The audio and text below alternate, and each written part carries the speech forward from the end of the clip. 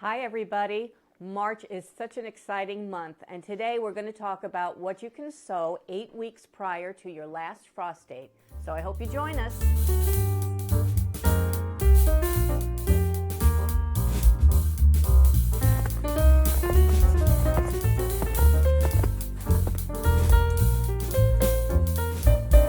Well, it finally snowed.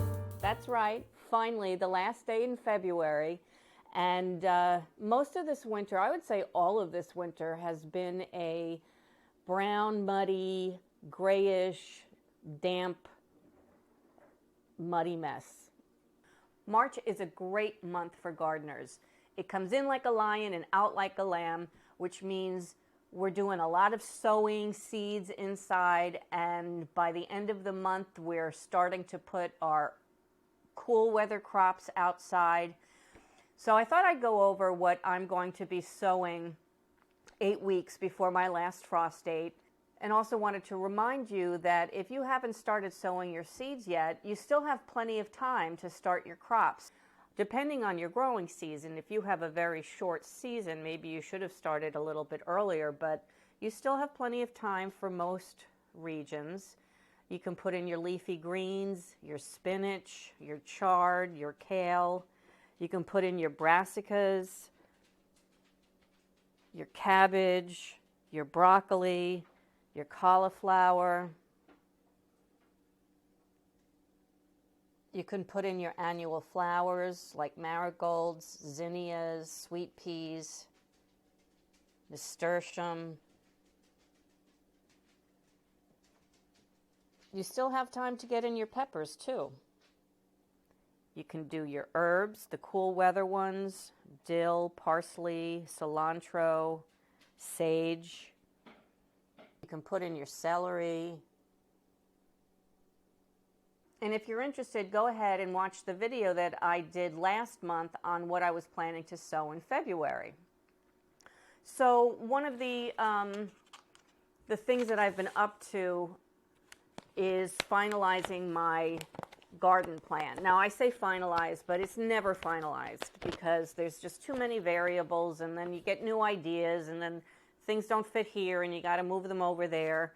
But as I've told you before, I am a very loyal user of the Farmer's Almanac Garden Planner. So this is going to be my plan for 2023, and this is the layout of my backyard. The different beds up here on the deck. This is the green stalk. This is the green stalk, but they don't have a diagram thing for a green stalk, so I just put the leafy greens that I'm going to be putting in there. Now this is all months, and what I like about the planner is that you can do it by month. So you can show it just, for example, for April, then for May. So that's very handy. So you can get an idea of what's going to be in the ground when, and plan accordingly with your succession planning. And then this is the printout of the list of plants that I indicated on that plan, and it shows how many plants, it shows when you can sow inside, when to plant outside, and when you can expect harvest. So this is a pretty large plan this year. It's a good couple of pages long, but it's very, very handy. So I suggest if you want to take a look at that video that I'm going to link all of these videos I'm talking about below, but it's how to plan your garden for free using the Farmer's Almanac Garden Planner. And it's been very, very handy for me for the last couple of years. You don't have to recreate it every year. You can carry it over to the next year, also very handy. Now let's talk about what we can be sowing indoors in March. Now like I said, I'm in zone 7, 7A, and how I like planning, especially in the busy months coming up of March, April, and May, is I like to kind of divide the month up to the beginning of the month and then the end of the month. So I'm going to be talking mostly about what I'm going to be sowing at the beginning of March, because then at the middle of March and afterwards, depending on, keeping an eye on the forecast, there are things that we can be planting outside in the ground. Again, it depends on looking at the forecast and making sure that in case a frost does come, that you've got covers to put over them. In fact, now is a really good time to make sure that you have that handy for when it's time to plant out. So I finally chose which tomato varieties I'm going to grow, and there's a bunch of them. I'm going to be growing 12 different varieties of tomatoes this year. And I've expanded the space where I'm going to be putting them by eliminating some other crops that I'm not going to be sowing this year. I think I'm going to give up the winter squash. I still have butternut squashes from last summer that I haven't even eaten yet. And I'm not going to be doing corn again. Although it was fun to try it, and I did get a little bit of a harvest out of it, I'm thinking that I could have that space be taken up by something else. So where those things were is where I'm going to put the tomatoes. So let me start off with what I'm not growing as far as a variety of tomato goes. I'm not going to be doing this Cesar's Canestrino de Luca tomato again. It's a paste tomato. I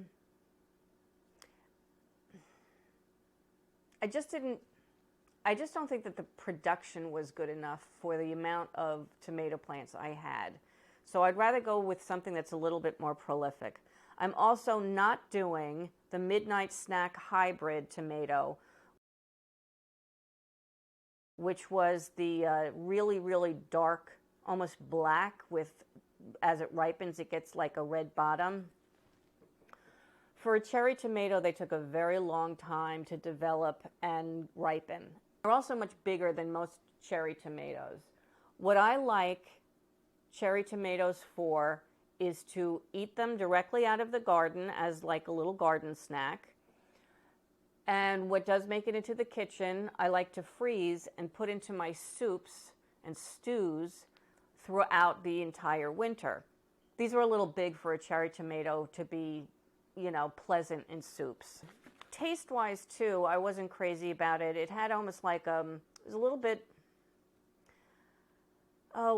bitter, maybe acidic is a better word. And also it had a rather crunchy outside to it. Anyway, some people love them, but I wasn't crazy about that. Enough about that. For cherry tomatoes, I'm going to go back to my supermarket cherry tomatoes that I saved seeds from back in 2020 during the great seed shortage of the pandemic, because I missed having really sweet red cherry tomatoes in the garden. I don't know why, I just missed them. I'm also going to be I'm going to try this again. These really didn't take off well for me last year. I think it was where I had them in the garden, are these yellow pear cherry tomatoes. Those look really cool. And I do like a yellow tomato because it's a little bit less acidic. And the Sun Gold Hybrid. This was a delicious, delicious little cherry tomato. So I'm going to be doing that again. It is all the rage with most of the global gardeners, so I can understand why. Then for my sauce tomatoes, I'm trying for the first time this Amish paste tomato. I've heard very good things about this tomato to make sauce with. The speckled Roman tomato, I really like this one. It had like a yellow striping to it, so it was a little bit lower in acidity, but it really did make a good sauce tomato. It was nice and thick when I put it in. And then the San Marzanos. I really, really liked these, not necessarily for flavor, but for cooking with, because the cooking actually changes I think the flavor of the tomato, and so they're meant for cooking. They're meant for making sauce with. And when you do that, they are delicious. So those are going to be my sauce tomatoes. And then my slicing tomatoes. I have to do a lot of slicing tomatoes in order to get any kind of harvest away from the squirrels. So this year I'm doing, these are just seeds that I saved myself. I'm doing a striped German, which is yellow with some pink at the bottom. Just a delicious, pretty, pretty tomato. The Oxheart tomato, which is very nice. It's like it's not a very large tomato. It's like maybe about this big, and it is in the shape of a heart. It's quite cute. The Berkeley tie-dye, which is kind of like a striped, purpley red. I love this tomato. A beefsteak tomato. I haven't had beefsteak tomato seeds before, so I ordered them. I'm doing this mortgage lifter, which is supposed to be a very large tomato. I'm looking forward to that one. And this has gotten very, very good reviews all over the global gardening world as well, the Kellogg's Breakfast, which I've never tried before, so we're going to try that one as well. And then I have a random, really big late season tomato. I don't know the variety. I do know that it was an heirloom, so I'm going to try that one again. So some other things that you could be starting, if you'd like to, are beets. I'm not starting my beets inside the house this year because I don't have room for them. And I'm going to direct sow them, multi-sow them, which means, you know, a number of seeds in a hole. I'm going to try to multi-grow them this year, but I'm going to just pop in the seeds around other crops, which I'm going to be doing with my onions as well. But I have bull's blood beet, which is a very deep red. I have early wonder tall top beet, so I'll probably get a harvest off of these a little bit earlier than some of the other ones. And I have a Detroit dark red beet. So I do love beets. I do love the color that they also add to the garden. So that's going to be fun. Flowers that I haven't started yet include calendula. I could be starting my zinnias. I might start them if I have the room later this month. But they grow kind of fast, so I'm thinking of direct sowing them. I'm not sure, because the sooner you plant them, the sooner you get the flowers, right? I'm also going to be starting my marigolds. I'm going to wait for the sunflowers. I think it's a little too early for them. I think I'll wait till April for those. And then chamomile and borage. So those I'm going to get started this month. And also, poor sage, I forgot to sow it. I'm going to be sowing it now. Now, the good thing about starting a little bit earlier like I did is that if I had failures, I could try again. The downside of it is that I've already kind of filled up all of my space with seedlings, which is good. That's a good thing. But as the month goes on, it starts warming up, and I can make sure that I can maintain about a 40-degree temperature inside my unheated mini little greenhouse. I can move the cooler crops out there, and then I'll have more room to start more things. So plan is ever changing. It's actually been a little bit confusing trying to plan this year with the fact that we've had no snow and no frozen ground, because, you know, the certain crops like your peas and spinach and things that you can directly sow outside in the early spring, late winter, depends on as soon as you can work your soil. Well, I could work my soil in the middle of January. So that's been a little bit confusing. What also can be a little bit confusing is the fact that they have revised my last frost date. So it used to be the first week of May.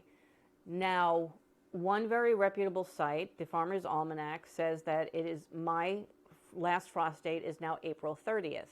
Another very reputable site, which I can't remember which one, was it the USDA? Anyway, reputable, says it's April 23rd.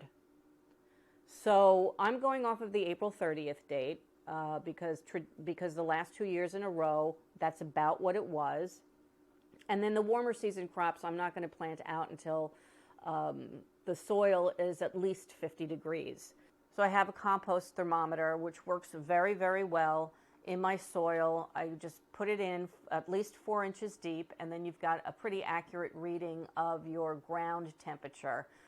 So that's really the most important thing when you're putting out your summer crops in the spring, is making sure that the soil is warm enough and also making sure that the night temperatures aren't too low. So almost all of the crops, with the exception of root vegetables, that I'm planning on growing this year, I'm going to start inside under cover or inside the house just to give them a little bit of a chance. So that's it. I hope you enjoyed this video. If you did, please give it a like.